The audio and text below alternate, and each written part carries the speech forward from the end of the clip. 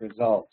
We've been in business for about 12 years, and our solutions have been built on our original research and development into the thinking styles of over 100,000 people, and some of the latest findings in brain-based learning, collaboration, and teamwork.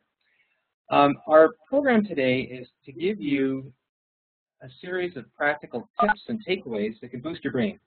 Some things some practices based on the research from a new book called Imagine How Creativity Works, a bestseller by Jonah Lehrer. Each of the webinars in our series, will be a monthly series, will feature selected lessons, stories, and tips that we hope you can use. That will be based on some research from some of the new literature coming out in the areas of people development, teamwork, collaboration, and innovation. In each of the webinars will feature 3 takeaways, a short set of tips and practical applications in an article, the webinar itself, which will be accessible online and afterwards on our website. And for the lucky ones who use Twitter, 2 of you will be receiving a prize from our company. So let's get going. Today we've got approximately 75 people on the webinar, and we're going to be focusing on the new book here by Jonah Lehrer. And he's a contributing editor at Wired magazine, and like Malcolm Gladwell, he's a writer for New Yorker magazine. The book was published this year, and it's been on the bestseller list in both the New York Times and the Canadian Globe and Mail bestseller list. During the session, we'll encourage you to join the conversation on Twitter, or also to ask questions which we can respond to as we go through. Now, when we think of creativity, my favorite... Sorry about that, not seeing the slide. We're just having trouble with the slideshow. Just give us 1 minute, we'll get our technical expert here up to speed.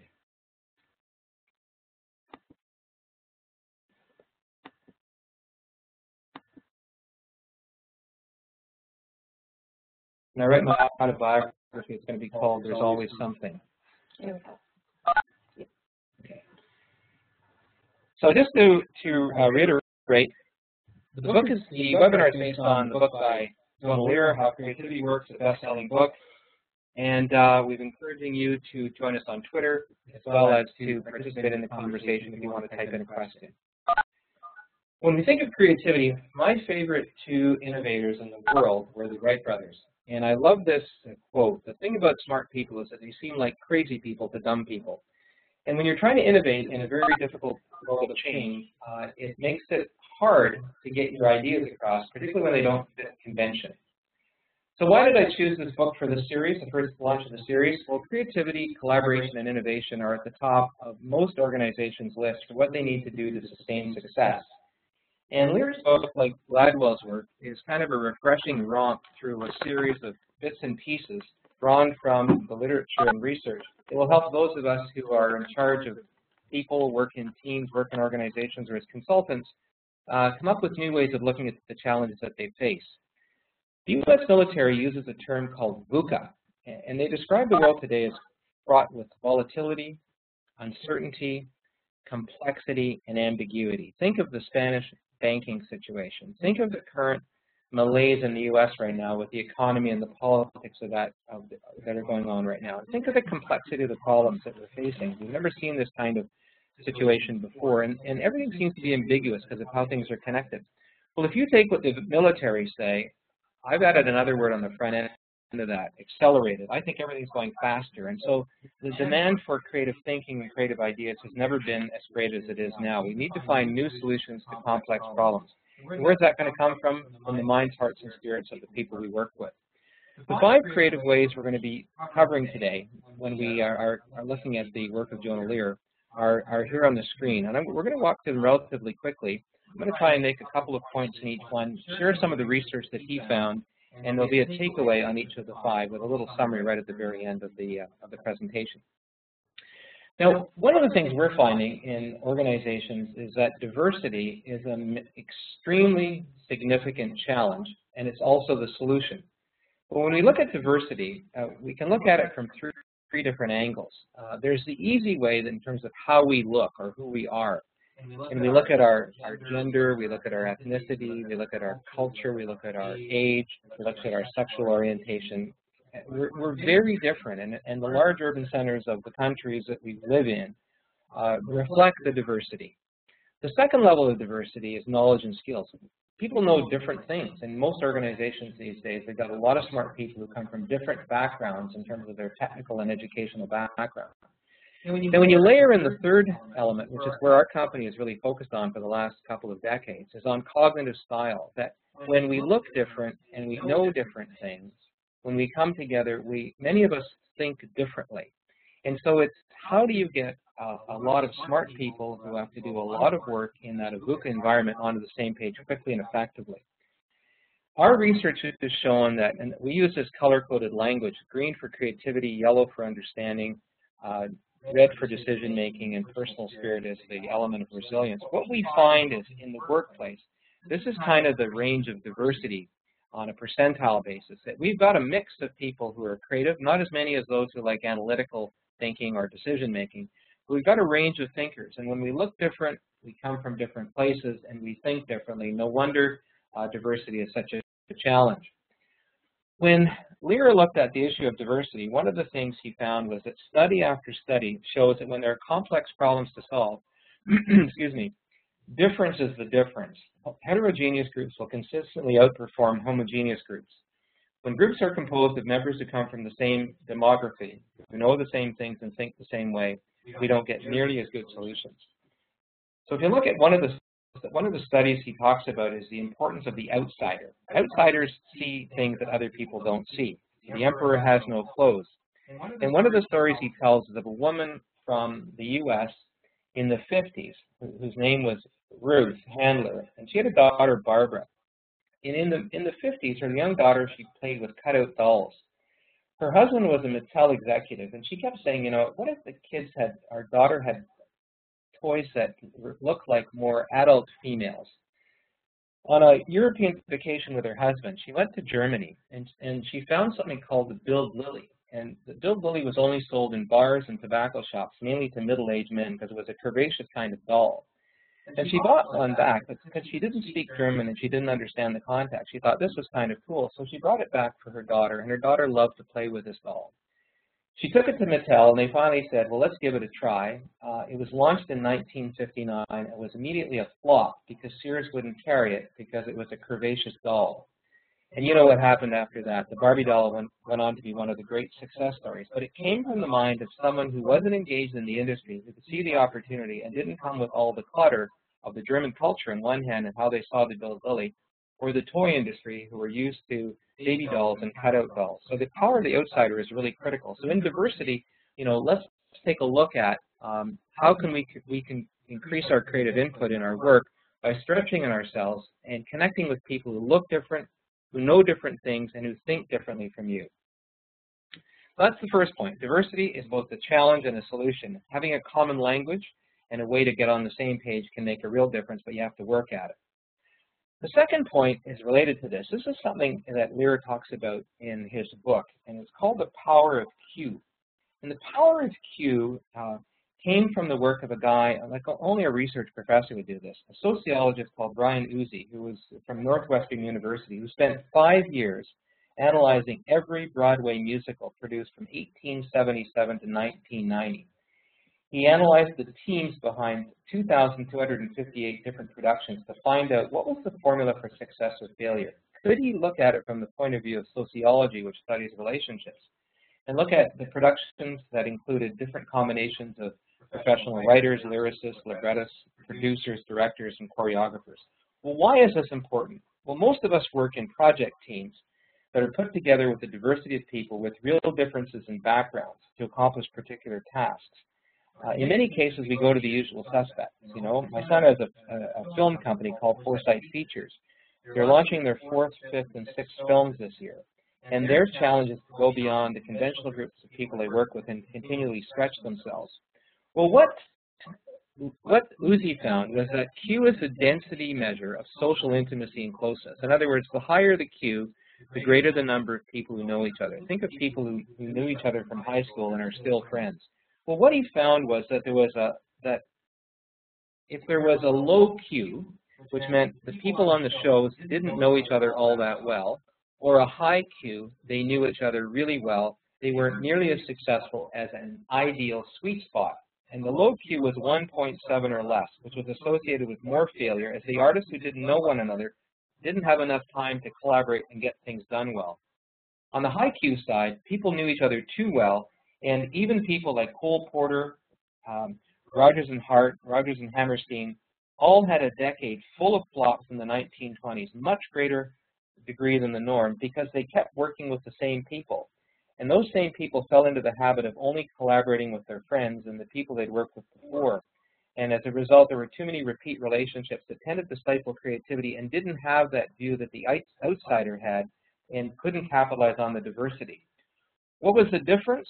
Well, in the low Q or the high Q, much more failure, the sweet spot was associated, that right mix of insiders and outsiders, with a 250% higher rate of commercial success. And those teams were 3 times more likely to be lauded by the critics. That mix of think of Cirque du Soleil in these days, that mix of kind of creativity, ingenuity, but real technical talent that knows how to put things together. So when we put teams together, it's really important that we think twice before assembling them, that we look at the diversity and we look at the right mix of skillful experience, but also new thinking to ensure that we get up to the right solution, particularly as complex problems become more challenging. The more complex the situation and the problem, the more important it is to have that diversity, demographically, knowledge and skill, and cognitive style in order to get the right cue. So as leaders and consultants and trainers, it's critical that we think this thing through to make sure that we bring the right mix of folks to the table. So moving along now to our third point, here's where Lehrer goes into a whole other zone. He looks at the work of a guy called Tom Allen, another one of these professors. He was at MIT. He developed something called the Allen curve.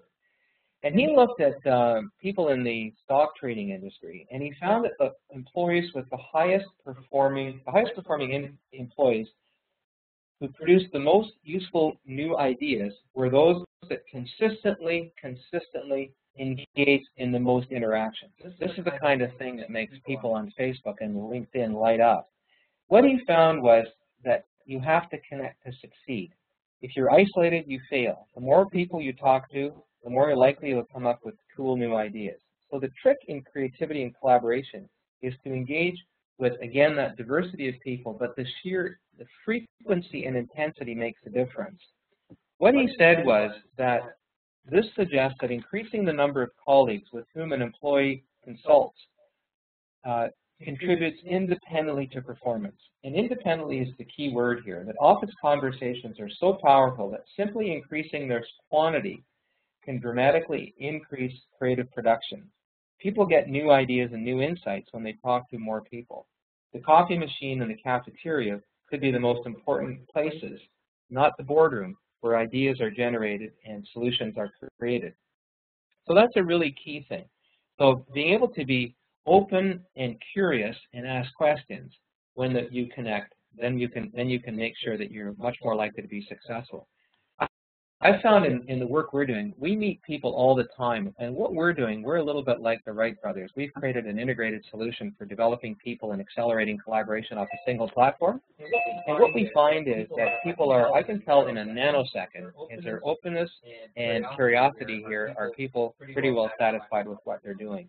The people who are curious and open, we engage in all kinds of conversations that have produced good results for them and for us.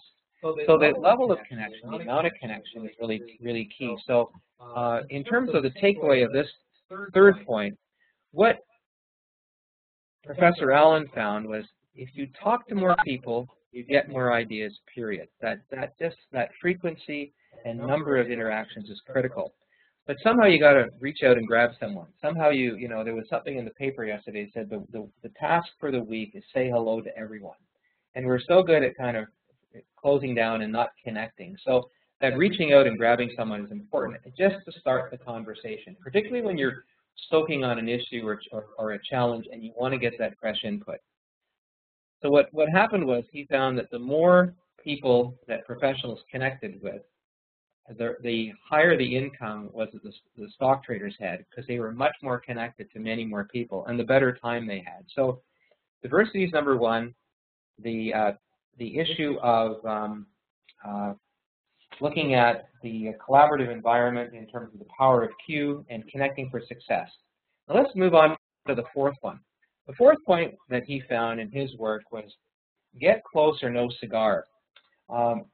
Steve Jobs, when he built his new building, it's going up now in Cupertino in California, has created an environment where he wants people to be close, that the physical proximity, while it can generate contempt, it can also breed creativity. People being together can create spontaneous combustion of ideas and solutions. He was a CEO of one of the major global pharma companies based in Europe, who, in talking to a Fortune magazine writer, said, I have over 6 or 7 Nobel Prize-winning scientists in my company. My challenge is, because I can't dictate them to talk to each other because they come from different disciplines, is to create places where they can meet, and in that connecting, spontaneous combustion can occur. Companies like Steelcase and Herman Miller create office environments that allow the proximity to occur and that spontaneous combustion to occur. So people being together can create that energy, that kind of aha moment just in that dialogue. So if you're not close to each other and in constant communication, generating, sharing, debating, and inspiring, you're not going to win the cigar. One of our colleagues in the U.S. is based in Raleigh, North Carolina, and as they add employees, one of the stipulations is people have to move to that office, and they have to be physically located together, because they know when they get that group of smart people all in the same environment, good things can happen. But it's got to be in those informal, physically proximate situations that can happen. So be careful if you work alone. If you work alone, try and find ways to get together, particularly in the informal kinds of ways we see here. It's not just in the around the boardroom, but not only can we find ways to connect, but the closeness, the physical proximity seems to breed success. So since you can't force creativity, find meeting rooms that are square, not rectangular. Pick tables that are round or square, not long and linear. Change the architecture, change the space, watch people engage, and change their relationship. So the takeaway is, sometimes you got to forget email. And I look at some of the kids going through school these days. They'd rather send an email or a Facebook message than turn to their left and say, hey, Mary, you want to go for coffee tonight? I remember we were doing some work at Microsoft a number of years ago, and people would send emails to each other as they sat in the room, as opposed to saying, you know where I could find the X or the Y. So forget the email and get into FaceTime where you can. Get out there and find ways to engage. And if you can find new ways to bring different people together, that can help spark the creative collaboration. But it's much more effective if you've got places where people to go. So you can see why networking sessions are important. I'm going to one tonight. It's a celebration of the 35th anniversary of Central Michigan University. And I'm looking forward to going there to meeting some old friends, but also to meeting some new folks and to see what kind of spontaneous combustion can occur. But it can only occur because we're going to the same physical space with a shared mission. It's a kind of an easy agenda, and the opportunity for dialogue will be there. So that's where we can bring the connecting for success and the proximity into one particular place. Now let's move on to the fifth point. And this is something that Lehrer really highlights in his work, that clever companies change the rules to ensure tough engagement when they want to get the best work done. And what he does is he cites another Steve Jobs company, Pixar. And in the book, he goes on and on quite a bit about how the team at Toy Story 2 was created. And again, using the proximity of the team working together, what they did was they created a norm that every morning, after they'd worked their butts off the night before, the crew would come in and they would beat their work up. They would take a look and critique and critique. Not from the point of view of saying, George, you did a bad job, or Melissa, I don't like the way you did the sound editing. It was all around, how can we continuously improve this by putting on in our case, we talk about our red thinking, our critiquing. And so they came up with 3 different techniques. The first one was called screw it up fast. And the Pixar guy said, if it feels easy, then you're doing it wrong. We all know screw-ups are an essential part of what we do here. At Pixar, the goal is simple. Screw it up as quickly and fail fast to fix it fast. So park your ego at the door, park your feelings at the door. In this particular time and space, what they do is critique like heck. So three of the techniques they talked about was one, which for those of you in project management would be known as rapid prototyping. Can we screw it up fast? So when we do, we can quickly find out what's not working and tinker with it to make it right. The Wright brothers were famous for their tinkering. They continued to work away at the design so they get that balance and control issue solved, but it came from thousands and thousands of experiments. So screw it up fast, crash the glider, and let's reboot and start again and learn from that experience. And their journals show that. The second thing that the Pixar people talked about, and we do a lot of this in our work with personal spirit, is that you've got to create an appreciative climate right off the bat. So instead of just beating each other up, the point is to say, here's my critique, yes and. So I'm appreciating what you've got, but I'm adding value by bringing in that critical comment. So don't be afraid to screw it up, and don't be afraid to say, we need to create a climate here where everything's on the table, egos are parked, and we're looking for the best solution for all of us as we go forward. The third technique is what I've called red storming. They call it, other people have different terms for it, but red storming is allowing us to have that critical dialogue from the point of view of validating the quality of the solution, but also bringing in different values and different points of view. So as I look at the way of spontaneously creating collaboration and good solutions in the business environment, you can use these kinds of rules of engagement, and these again tie back into the way in which we work. We use the color-coded symbols as basically to shift gears into different types of thinking. So the white diamond refers to personal spirit. So again, in these kinds of environments, as managers and project team members and executives get together, it's critical that they park their egos at the door, and they start off with an appreciative, we're all in this to get better. One of the women who's done some of the best work on goal setting has said, if you're serious about improving things, make sure you don't come from a point initially of getting it right. Focus on getting better. When you get down to the end and you're launching a new product, then you got to get it right. But you're not going to get it right the first time. One of my favorite stories is of the Japanese woman who won the figure skating gold medal in the 2006 Olympics. 2008, I think it was 2006 Olympics. And the writer who interviewed her said that he estimated from the time she started skating at the age of 5 to the time she won the gold medal at the age of 24, conservatively she fell on her butt on a cold, hard surface approximately 20,000 times. So we have to appreciate the work we do. In the red storming phase, the rules of engagement are it's okay to beat each other up, but as long as we're beating the idea up and not the person. The yellow storming stage is where we blitz each other with information to try and understand the background, the facts, the data, the feelings, so we can get a better handle on the issue. And in the green storming is the typical brainstorming, where all we're doing is generating and envisioning. And what the research that Lehrer reports on has found is that when you have the climate of red storming, you're going in there expecting to have that candid, rules-driven conversation, that in fact groups will generate more ideas after that creative spark and push will generate more ideas on a common problem over and over and over again. That power of dissent can be the jolt and the juice that allow new ideas to produce. So the plus, it brings the kindness and mutual respect that are critical, and the screw it up fast gives the norm of let's give it a shot. But at the same time, if we can do this in a consistent and consecutive manner, sometimes we need to start with the yellow storming, what's going on here, and then the debating, determining what the critical issue here is in red, and then shifting into green, and we're all doing the same type of thinking at the same time to generate those new ideas, and then getting back to red to debate and make a decision. And it's all done in an appreciative climate. So the takeaway in terms of beating up each other's work, we're not beating up each other, but beating up each other's work, is that to always come from a place of getting better and not being right, and to make sure to have those candid, rules-driven conversations to validate and improve.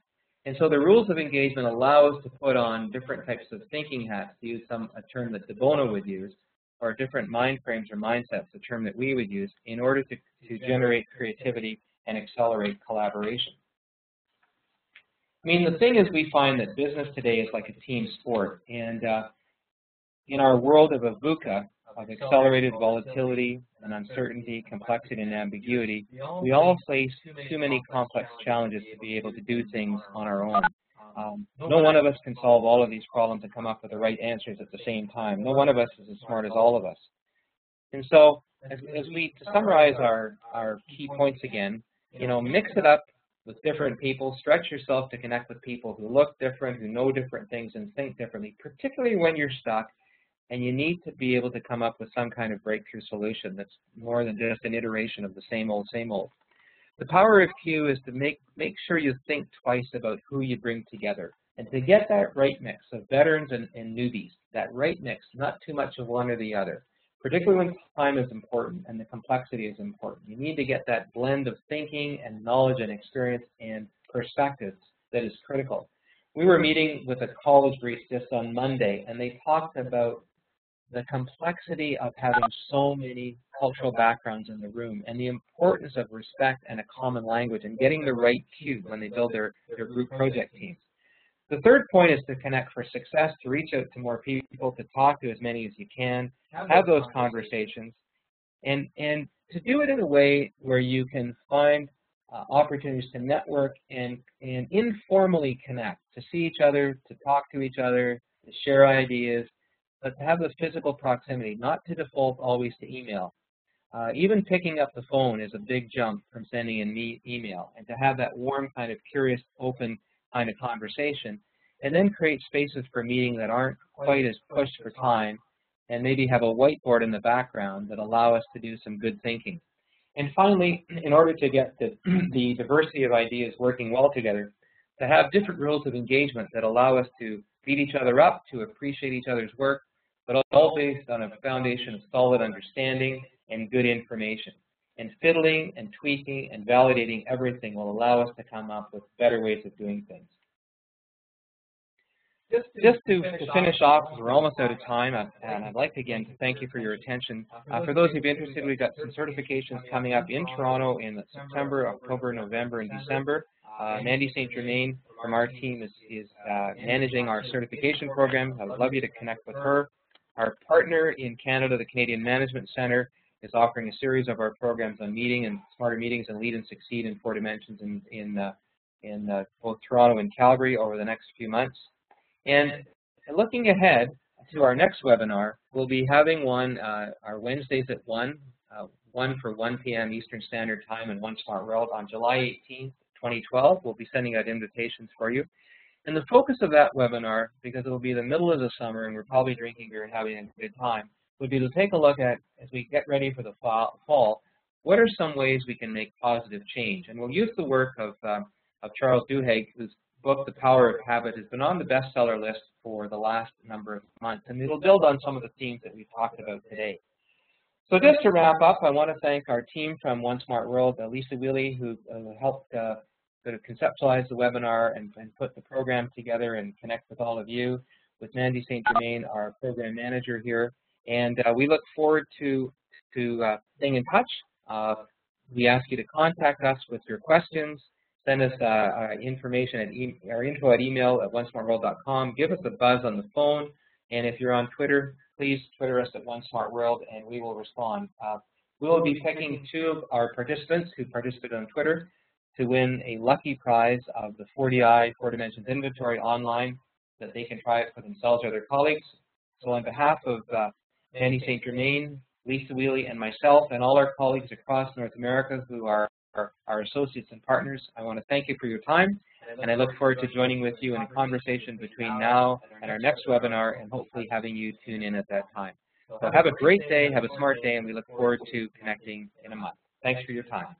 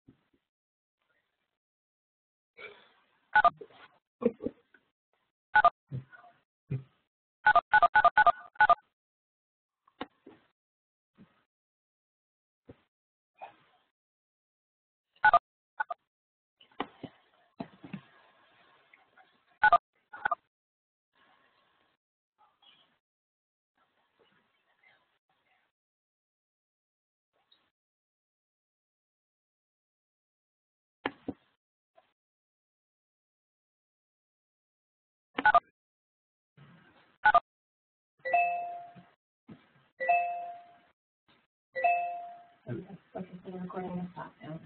Great, thank you. You're welcome. Thanks, darling. You're welcome. Was it okay? Yeah, it was good. I just want to see if there's any other questions.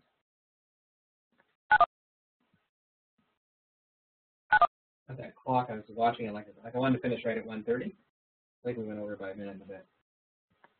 Any comments? No, just Emery saying, I wish I could see Bob's cute face. Love you. Thank you. It's so funny. Well, that was good. I'll let the dog out, okay?